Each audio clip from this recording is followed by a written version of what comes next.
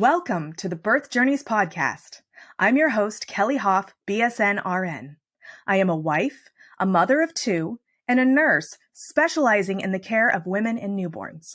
In this podcast, we will share powerful journeys of birth givers with the goals of lifting the veil on the birth experience, healing through sharing, and beginning an open conversation to strengthen trust and promote transparency between birthing people and healthcare providers. This episode depicts pregnancy loss. Listeners who are sensitive to this topic may prefer to skip this episode. Welcome to the Birth Journeys podcast. Today I have with me Emily Finnell, Diamond Ambassador with Plexus Worldwide and Leadership Mindset Coach and Trainer. Emily is a mother of two, and she is here today to share her birth story. Emily, welcome, and thank you for joining me. Hi, Kelly. Hi. I am ready to hear the story that you have to share with us today. Okay, so I was a special education teacher for years in Dallas, Texas, and I have to be honest, I'm a planner. And I planned my pregnancy around summer break. Like I wanted to make sure I gave birth in April so that I had maternity leave, and then I had summer break so I got the most amount of time with the baby. So there you go. Just off the bat telling you how crazy I am, just with the planning. So anyway, the first pregnancy, it worked. I was due at the end of May. Everything went well at the beginning. I had a healthy pregnancy. There was some concern that I had a low-lying placenta. But at 33 weeks, I woke up in a pool of blood. And it was a little terrifying. In fact, the ambulance ride alone was really scary because the baby wasn't moving at all. And I felt the need to push. Sorry, we're getting graphic here, right? Okay. And I was pushing out blood clots at the time, which, I'm like deer in the headlights, and the baby was not moving, and they had no way of fetal monitoring in the ambulance. And it was all men, and they were just so uncomfortable. You can tell the energy of the ambulance. They were looking at each other and they kept saying things like, just tell us if he moves, and I remember just thinking like, is my baby going to make it? It was very scary. And it was right when we pulled up to the hospital, all of a sudden he started moving and everybody was just relieved. They said it was placenta previa. I remember distinctly the nurse saying to me, it's not if you bleed again, it's when. So I was on really strict bed rest. I was actually in the hospital for the next week or two maybe. And then they let me go home because I hadn't had any bleeding. And I made it all the way to 37 weeks with no more bleeds, which was the goal. And they did a C-section at the beginning of May 4th, actually. And I feel like I had kind of checked the box for the traumatic birth, been there, done that. And I was owed a very easy second pregnancy and birth story. And God was like, hold my beer, because it was not at all what I had planned. It was the same thing where I had planned it out and really thought through the schedule and wanted to make sure I got pregnant at the time I wanted to.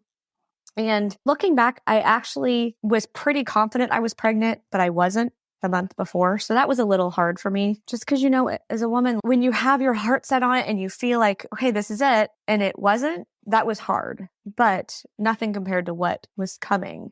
I did get pregnant that next month, I believe, and I immediately didn't feel right. I was very, very sick.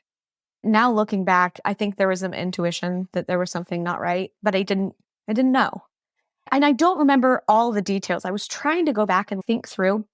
I do remember at one point they did a sonogram to make sure there was a heartbeat and everything before I had my first appointment. So I was switching OBs, going to this new OB that my friend was using and loved. And she didn't want to see me until I want to say 9 or 10 weeks because it was my second and she just felt like everything was good to go. But I think I was so sick. Something was happening where they did bring me in for a sonogram, saw the heartbeat, everything was fine. So fast forward to that first appointment with her, went through all the paperwork. It was just the energy was very happy and lighthearted. And I was so excited to be there and to be experiencing this, that excitement about sonograms and all of that was coming up. And then she went to do the first sonogram and there was no heartbeat.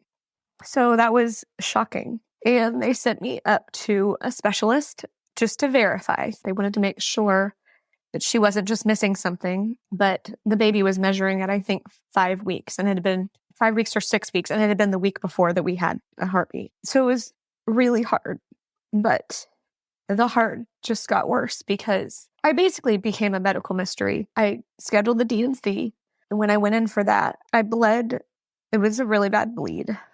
And Dan, my husband, because of something that happened in his families in the 90s, was told by his parents to never approve a blood transfusion because of fear around bad blood that his grandmother had maybe possibly gotten back in the early 90s or something.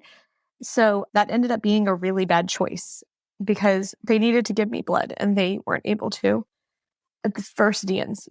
And then the recovery was really rough from that because I had lost such a huge amount of blood. I think my mom had to fly in and help with Everett at the time because Everett was probably 17, 18 months old at the time. And I was having issues with continued bleeding. And when they went in to do a vaginal sonogram, they noticed that there seemed to be a clump of what they thought was pregnancy tissue that they were able to get out in the D&C the first time. So we scheduled another one. And this time in my life was honestly so traumatic. It's hard to even remember exactly what happened, but I know there were 3 or 4 different D&Cs. And each time I would hemorrhage. And they couldn't figure out why. And at one point, the doctor said she thought she could just kind of do it in her office. And I hemorrhaged on the table. And they had to rush me to the ER. And by then the bleeding stopped, but they couldn't figure out why. So again, it was just all these bleeding issues that I was having. This was all happening in October, was the first D&C. Fast forward to the middle of December. Everett had a little Christmas program at his school. And this is one of those total God things that I happened to reach out to my friend Stacy and say, let's get our babies ready together at the country club there. They had a huge dressing room and the restroom. And so we brought our babies, Olivia and Everett, and we were getting them dressed for their little Christmas pageant and their cute little outfits that the teacher had given us. And I started to bleed. And I ran to the bathroom into a stall and hemorrhaged. It was really scary.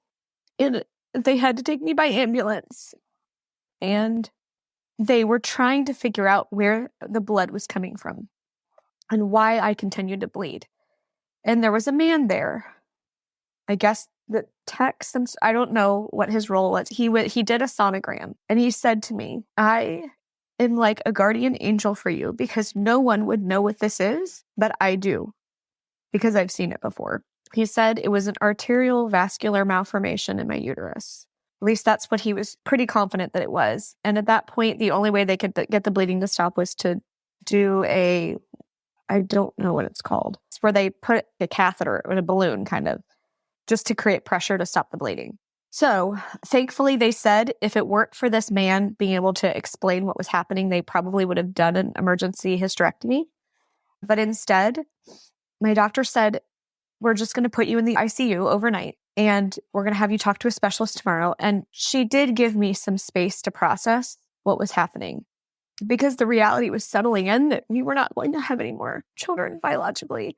And I have to also rewind to my husband is an only child. I mean, when we were dating, he and I talked about our future family. And he is like this weird unicorn of an only child that appreciates being an only child. Like he thinks it's great.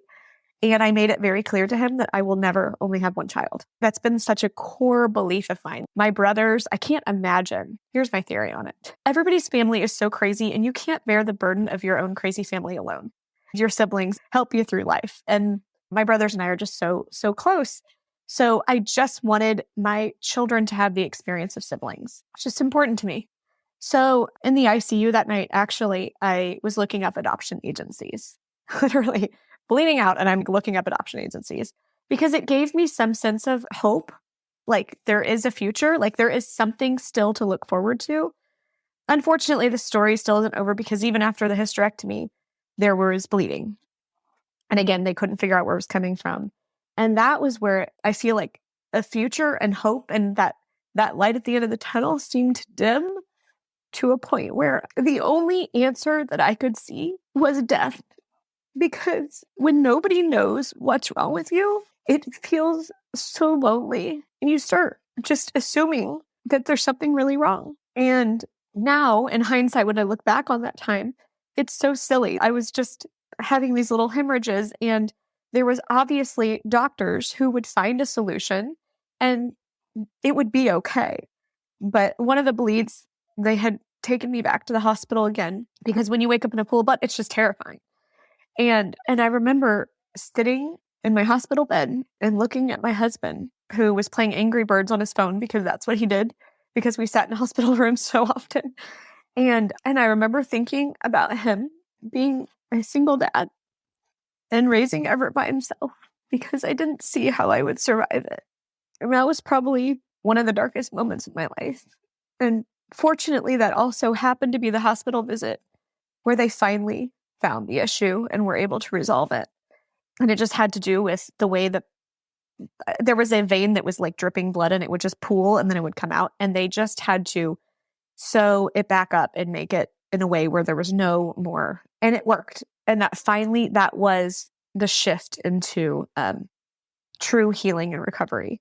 But I think it's that prolonged healing and the continued surgeries, one after the other, and all of the questions, that was just, to go through the loss of a miscarriage is heavy. But to have it dwarfed by the loss of fertility at age 28, I've done so much growth since then. And I do see the blessings that came from all of that darkness and despair and emotions. And, now we do have our second son. You mentioned we have two sons, and we did go through a beautiful adoption journey. In fact, I was just thinking about this. I do feel like birth journeys are all so unique, but so are adoption journeys. And I feel so blessed to have experienced both. I think it's really unique. And I wouldn't have that adoption journey if it weren't for what we went through, losing fertility and all of that. So it's kind of a long version, but that is my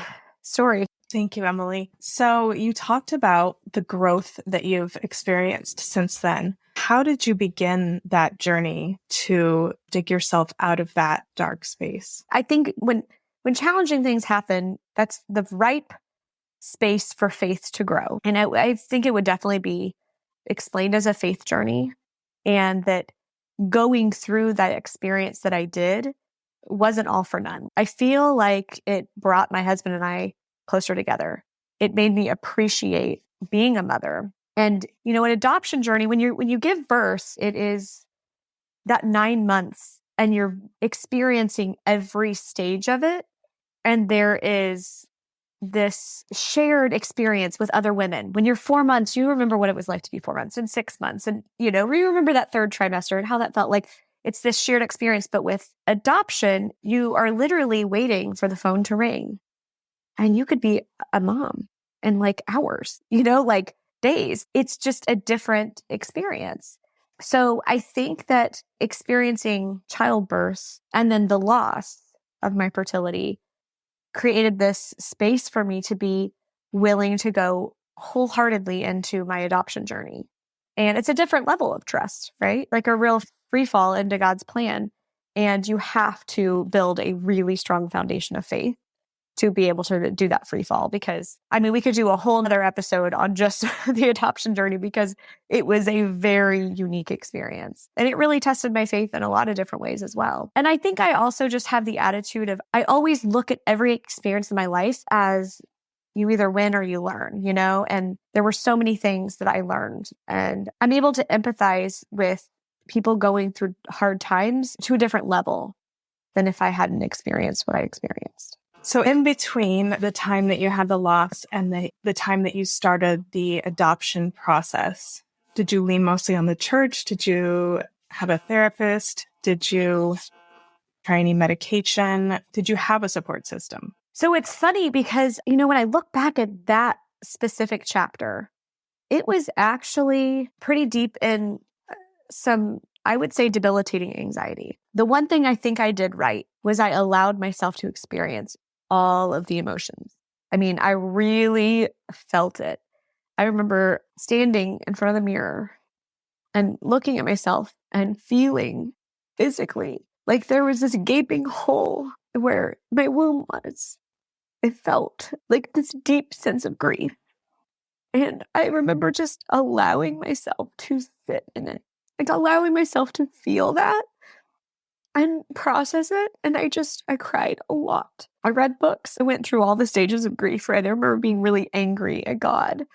And I had incredible girlfriends. But I think we all know how awkward that can be during this stage of life when they're all popping with their second pregnancies. And that fear of telling me, that was really hard for me because I genuinely was excited for them. But of course, it was painful. So just being authentic. And the blessing was, though, I feel like when I spoke my truth, when I was able to say, I am so happy for you, and simultaneously so sad, it brought friendships closer because we were able to be real with each other. And we weren't putting on this mask of, I'm just happy and everything's fine. I was able to be honest. So I would say there were a lot of really deep, healthy friendships at that time that really helped. But after I physically healed, that's when I started experiencing what I thought was a neurological issue. I remember taking Everett to swim class one day, the little baby survival swim. And I remember feeling I had a full-blown panic attack. And I thought it was a neurological thing. I remember coming home and telling Dan, there's something wrong with my brain. Like it's something with my brain that's happening. Because it just felt, it was like almost like disassociated with my body. Like it felt swimmy and strange. I just wanted to be home. And so there was definitely a process of reacclimating to coming back into the real world after such trauma. And what the answer was for me at that time was a therapist, was really leaning into therapy and sharing my story with somebody that I can be totally, completely open with and not worry about how they were feeling because they're also pregnant or they just had a baby, like my girlfriends. So that definitely helped. And then for me, always having a light at the end of the tunnel, something to say, it's not always going to feel like this. I know that one day I will have the second baby. We will be a family of 4 like I always dreamed. So holding on to that dream. Also, I'm a journaler. So just getting out of my head and onto paper was really important to me. Reading books. But yeah, I think I also, this kind of gets into my faith a little bit, but we lived in Dallas, Texas, and one of the biggest adoption agencies is really close. And we went through the process. In fact, we didn't have a lot of money. That was the other problem, is financially, adoption is so expensive. And so that was a huge burden for us as a couple. That was really hard. And it all worked out, but it was definitely a stressor. And we ended up investing a little bit of money and going to this full day seminar thing. And every time I had this big binder that you got, and you had to fill out the binder and do ours. When I'm taking care of people who are having a loss, and hard for me as a friend. And I really like what you said about being open with it. A big emotion that people have is guilt. And it's not all this work. And every time I took the binder out, I would feel complete panic attack, sheer panic. I felt so uncomfortable. I felt like it was not in alignment with what God was calling me to do.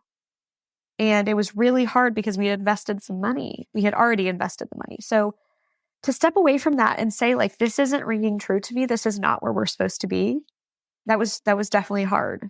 And then I actually decided to just take a step back, and I got a phone call from a small agency, and they only take a few families. And they said, are you open to coming to one of our seminar things? Because we're trying to get adoptive families because we've just had a huge rush of birth moms and we are out of families. And it was like, oh my gosh, this is it. This is why I wasn't going that direction, because this is the direction we were supposed to go. And so anyway, I learned a lot during that time, and noticing, I became much more aware of my body and my anxiety and how I was feeling and processing emotion again. Like it goes back to that processing emotion, but also being intuitive, I think. I think that really started to tap more into that. Yeah, in those periods where you're so emotionally raw, you can kind of feel every single little thing that maybe you wouldn't have felt before. And you can kind of look at the areas where you need to be put back together. And I'm glad that you did say that you sat with those emotions, because if you don't go through it, you're never going to process it. And that's so important. And sometimes as moms, we don't allow ourselves the space to process anything. We're so busy rushing around and taking care of those other little people that a lot of things just kind of get stuffed down. And so I really congratulate you for having the ability to do that internal work and recognize everything for what it was and work towards healing. That's really, really important. I have a lot of questions for you. You talked about how your friends reacted to you when they were learning that they were pregnant and you were still physically and emotionally healing. What would you say to someone that has a friend who has experienced a loss similar to what you've been through, both the miscarriage and the physical trauma that you went through? So I had a friend who was afraid to tell me, and she didn't. Instead, she sent an email to her entire friend group with an announcement. And I have to say, that hurt. And again, this wasn't just a friend. This was like one of my best friends. It was hard to hear that way. I wish she was just raw and honest and said, this is hard for me. I think that's the best advice I would have, is putting it all out on the table, having both of the emotions. Like I was saying earlier, the friends that I did have that I was able to express, this is hard. Simultaneously, I'm so happy for you. It's both emotions, right? And I think if you have a friend who's been through trauma and loss, saying those words to her, I know this is hard for you and it's hard for me. I don't want to bring you pain. But, addressing the fact that you know that this is hard for them, but don't not tell them. Don't exclude them from baby showers. That's what was painful, was people leaving me out of play dates or showers because they were afraid it would hurt me. I want to be included even if I'm not ready to go. Please don't not invite me. I think that's what I would say. I think this is a challenge for everybody that has a friend that's experienced any kind of loss. And I just really want to invite people to explore their emotions when they're trying to have interactions with people like that, because it's hard for me as a nurse when I'm taking care of people who are having a loss, and it's hard for me as a friend. And I really like what you said about being open with it. I think a big emotion that people have is guilt. And it's not because they've done anything. It's because they're about to tell their friend something that's going to be painful for both of them. And like you said, opening that up and sharing those emotions and being able to process that sadness together is important. And then moving on and allowing space for both of you to process the happiness is super important. And I think will help other people learn how to process these things as well, because it's super hard. It's like the silence is deafening. It is. Yeah. So and hurtful. Just name it to tame it. Like, I'm feeling guilt. I feel guilt and I know I shouldn't, but that's the emotion that's coming up for me. Like, that is so much better than I'm just not going to call her because I'm scared. I don't want to make her feel bad. Who else wants thicker, fuller looking hair in just 60 days? Yes, please. Hey, moms and moms-to-be. These products have truly made a world of difference in my life, and they could do the same for you. At first, it seemed too good to be true, but Monate's products are clean, vegan, anti-aging hair care that follows the world's strictest guidelines for safety. Did you know that the European Union has banned or restricted more than 1,300 chemicals, while the US has only banned 11? I'm passionate about finding effective products that help mamas feel safe, and these products fit the bill perfectly. If you're navigating those postpartum hair changes or just want to improve your scalp health, I have the perfect solution for you. Monate's IR Clinical line has been a game changer for me. Let me tell you, the results are incredible. The viral hair serum has significantly improved my hair density and thickness. Even Oprah Daily recommends it. When used with the patent-pending breakthrough hair care system targeting hair thinning, this dermatologist-created and clinically tested system works wonders. Here's what you can expect. It reduces hair fall by up to 92%. It boosts scalp health. It contains essential ingredients to support natural hair growth. And it shows noticeable results of thicker, fuller looking hair in as little as 60 days. Imagine what your hair could look like in 60 days. Thicker, fuller, and healthier than ever before. If you're struggling with postpartum hair changes, or just want to give your scalp the best care possible, Monate's IR Clinical line is your answer. Don't wait any longer to start your hair transformation. Message me today at birthjourneysrn@gmail.com to get started. I just know you'll love it. Let's start your hair transformation journey together.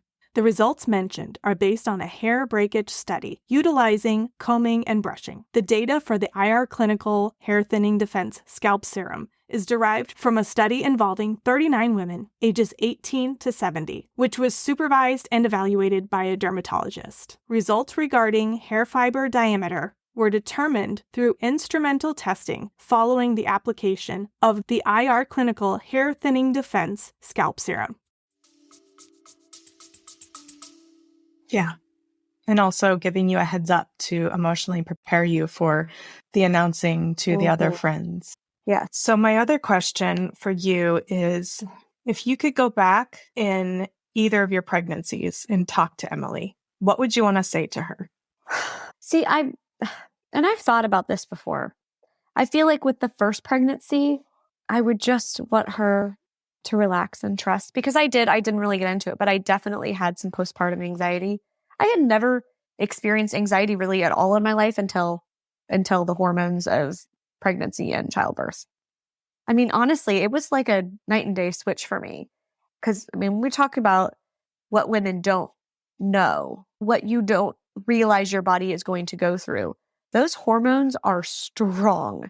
And new things come in that you've never felt before. And I was that mom that was like, is he breathing? Is he breathing? Is he breathing? I was just so afraid. I think it was just that intensity of vulnerability of loving something so much that you're terrified something could happen. And I also think I had mentally prepared myself to give birth to like a 6-month-old. And instead, this little alien came out that I was like, is he gonna live? He's so tiny. So I think going back, it's funny that I even say this because my dad did give me this advice at the time, but I don't think I was receptive to it. But I tended to seek outside knowledge instead of trust myself. I had to read all of the sleep training books and the parenting books. And it was like everything I read, I would like jump on board to different ideas, like sleep training or not sleep training. And my father noticed this about me and he said, I want you to put the books down and I want you to trust that you know how to be a mother. You instinctually know. Trust yourself. And like I said, I probably wasn't as receptive as I should have been, because looking back, that would be the advice I would give to myself during the pregnancy, but specifically after the pregnancy, after Everett was born. And with the second pregnancy, gosh, I feel like I just would love to let her know that whatever she thinks is going to happen, it is so much more expansive and amazing and abundant than she could ever have dreamed. Because I was so living in the moment. And like I described back when I didn't have that light at the end of the tunnel. But the truth is I had to experience all that. I don't actually regret it. I don't wish it away. I feel like it was a true experience. So I don't know. I don't know what I would say to her. I would want to just assure her that it's going to be okay. I don't know what else I want to ask you at this point. I mean, I think we have time to get into a little bit of the adoption story. You're going to notice a common theme with the adoption journey, just like the pregnancies, was everything's going to be easy and fun, right? Like, that's how I felt. And so remember, they rushed us through. We had to go through all these training courses to be adoptive parents, right? And they kind of rushed us through that because they do an average of 12 adoptions a year. They had just had 9 adoptions go through, and they only had 2 waiting families. And they were like, we need adoptive families because we're not going to have anybody for these birth moms as they come in. So they rushed us and 6 or 7 other couples through all of the seminars and got us all prepared for the call, right? And then this had never happened before in the history of this agency. They had a 12-month dry spell where they didn't have one birth mom for 12 months. Might have been 13 months. And if you want to talk about a faith journey, And remember I told you it was like truly free falling into God's plan. It felt again like the rug had been ripped out from under me, right? Like I had finally got my footing again and was ready and excited. Was rushed through. It was that extra boost of being rushed through that made it all that more painful to go through this experience of waiting. But again, I really feel so strongly that the plan for us was not at all the story I had written for myself. So I made up the rules. I was owed what I wanted because I lived through this, right? And what I wanted was a healthy infant girl. No drugs. Like this is what this was. I felt like I was owed. And what God actually wanted was for us to take in a 19-month-old boy who had experienced a little bit of trauma in his early life. And I think in a way that waiting, that year of waiting was to get me to the point where I would be open to that plan. And it was also a year of a lot of deeper healing for me. That's when I started a yoga practice. I feel like yoga and meditation really entered my life at that point, and that really grounded me and helped me. Lots of journaling, a couple birth moms who ended up falling through, and each of those was painful as well. But it really did open my heart and my mind. So I'll tell you the story of the day that Trevor came on our radar. I was still teaching, and I got an email from a teacher saying, come to my room. And of course, my whole school knew. We had such an incredible community rally around us in every step of this season. And so anyway, this teacher emails me and says, can you please come to my room during your break? And I thought it was about one of my students because I was special ed. So I'm always getting colorful emails from teachers. So I came down thinking that it was one of my students, something she had to tell me about him. And she grabbed my hand and she pulled me in and she said, we found your baby. That's what she said. And I had just been through a fall through with one of the birth moms. And so I was kind of in a jaded place. And we also had one potential, somebody at my church knew somebody who was pregnant. So I kind of had my hope set on that situation. So another teacher in the building that I didn't know very well, her parents were in Bible study with this couple who had just gotten custody of their grandson, and they were planning on placing him for adoption. I think he was 13 months old at the time. And she told me all about him. Birth mom has relinquished all of her rights to her parents who are planning on placing him. Healthy. They know these people. And that's the other part I should also explain. We were all in on an open adoption. We felt really strongly and really called to do that. I am such an advocate for open adoption because I just think that it's such a healthy experience. Like you can't have too many people loving this child, right? So I had my heart set on an open adoption. So that's what this scenario would be. Well, as soon as I heard it was a boy who was already over a year old, I was like, yeah, no, I'm out. So, but of course I texted my husband and just let him know like, hey, this came up. And then I went on to teach my next class and my phone kept dinging. And when I looked down, my husband had been texting me every few minutes, all the thoughts that he was having about this.